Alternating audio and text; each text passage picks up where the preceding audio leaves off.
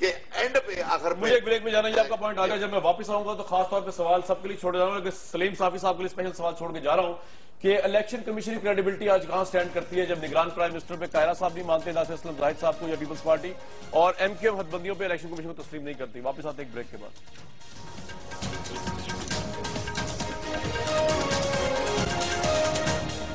Programme بہت warm welcome. بات چل پڑی ہے الیکشن کمیشن پاکستان کی کریڈیبلٹی کے حوالے سے. سلیم صاحب کیا انالیسس کریں گے؟ ایک طرف حکمران پارٹی ہے جو جن کے قاہرہ صاحب یہ کہہ چکے ہیں کہ اگر ناصر اسلم زاہد صاحب پرائم منسٹر ہوئے تو وہ مانیں گے نہیں اس بات کو.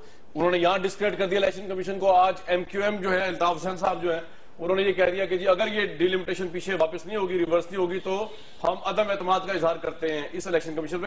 الیکشن کمیشن کے لیے کتنا بڑا چیلنج ہو گیا اس وقت رائٹ ناؤ سلیم صاحب؟ دیکھیے کامران، الیکشن کمیشن کو خود سیاسی قیادت آزمائش سے دوچار کر رہی ہے. یہی سیاسی جماعتیں تھیں جو کہ کریڈٹ لیتی تھی کہ ہم نے ایک انڈیپینڈنٹ الیکشن کمیشن بنا دیا اور اس کے لیے فخر الدین جی ابراہیم جیسے سب کے لیے قابل قبول فرد کو چن لیا. لیکن بدقسمتی سے اب اس الیکشن کمیشن کا جو فیصلہ یا جو اقدام جس کی مرضی کے مطابق نہیں ہوتا، یعنی بڑی حیرانگی ہوئی کہ کچھ عرصہ پہلے مسلم لیگ نون کے چودھری نثار صاحب نے بھی الیکشن کمیشن کے سامنے احتجاجی دھرنے کا انعقاد کیا.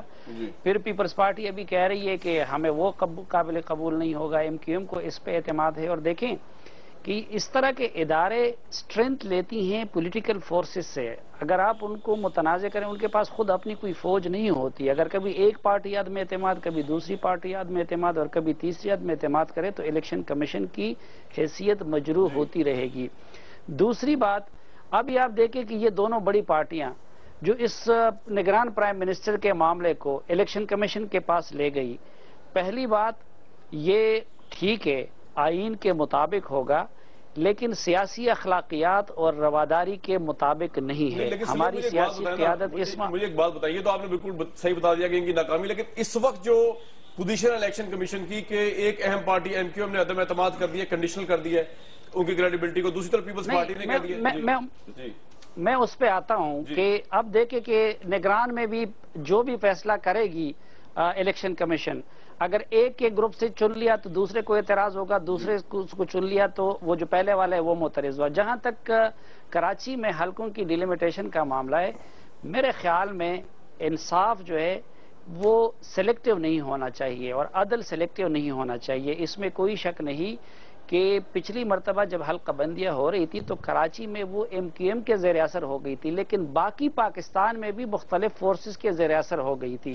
اب مثلا اگر میں آپ کو فاٹا کی مثال دے دوں، فاٹا میں نہ ووٹر کی رجسٹریشن صحیح ہوئی ہے نہ وہاں پہ مردم شماری صحیح ہوئی ہے. اب اگر صرف ایک یعنی سلیکٹیو نہیں ہونا چاہیے تھا کہ کسی کراچی کو یا کسی ایک. دوسری بات یہ کہ یہ پچھلے 3-4 سال تھے آزاد عدلیہ کے آنے کے بعد بھی سیاسی جماعتوں کے پاس، تو یہ فیصلہ اگر ہونا پہلے ہو جاتا تاکہ ایم کیو ایم والے یہ کر لیں. تو میرے خیال میں اس حوالے سے ایم کیو ایم کا گلہ یا اعتراض بجا ہے.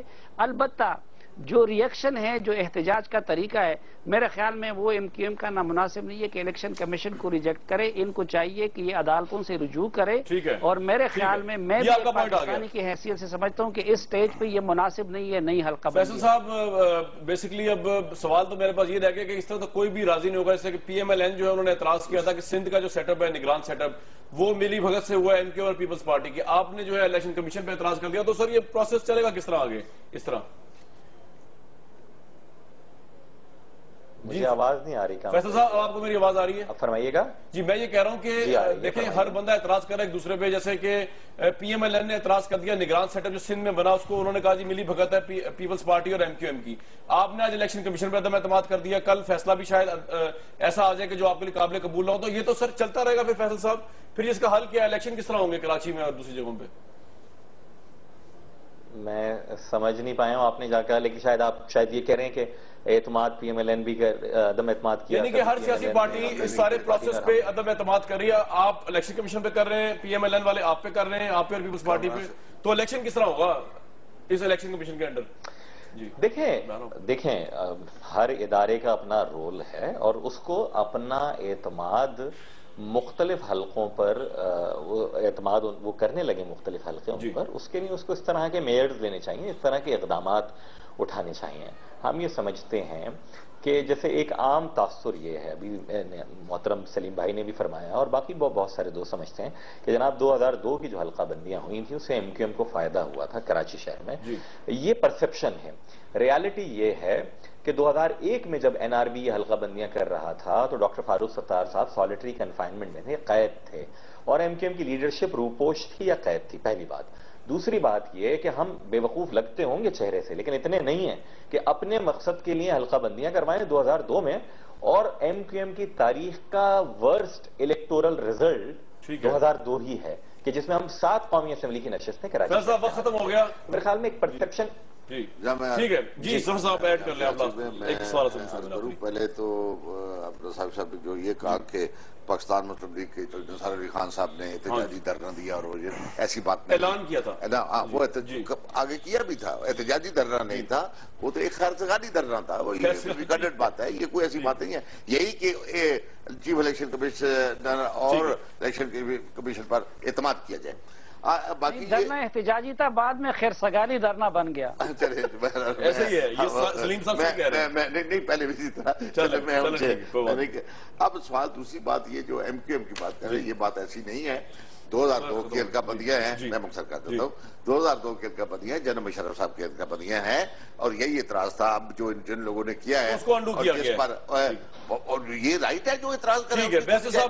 آخری بات آپ کی اجازت سے، یہ جو مجھے نظر آ رہا ہے بطور سیاسی کارکن کہ یہ، اور یہ پہلے بھی ہو چکا ہے. ایم کیو ایم اس سے پہلے بھی ایک انتخاب میں انہوں نے قومی اسمبلی کے انتخابات کا بائیکاٹ کیا، اور جو صوبائی اسمبلی کے انتخابات تھے اس میں بائیکاٹ کامیاب ہوا تھا نا، تو انہوں نے کہا کہ کبھی بات میں نہیں کر رہا. میں بات اس بات کی کر رہا ہوں کہ ایک بار پھر اب تیاری ہو رہی ہے. میں صرف اتنی بات کہوں گا کہ تمام سیاسی جماعتوں کو ذمہ داری کا ثبوت دینا چاہیے، کیونکہ پاکستان کی عوام کی امیدیں بندی ہوئی ہیں اس الیکشن. مجھے نیکسٹ جلسے اب ہوتے رہیں گے، لیکن اگر آپ ایک سوال میں نیکسٹ جلسہ آپ لوگوں کا ویسے وہ بڑا امپورٹنٹ ہوگا، اور اس سے پہلے ماسیرا میں نواز شریف صاحب کا جلسہ وہ بہت اہم ہے، اور پی ایم ایل این کو لاہور میں جلسہ کرنا ظفر علی شاہ صاحب کہہ رہے ہیں وہ بہت اہم ہے. جو آج کے پروگرام کا وقت بالکل اوپر چکا ہے، کوئی مزید کنکلوژن نہیں. مجھے کل تک اس پروگرام کے پلیٹ فارم سے اجازت دیجیے.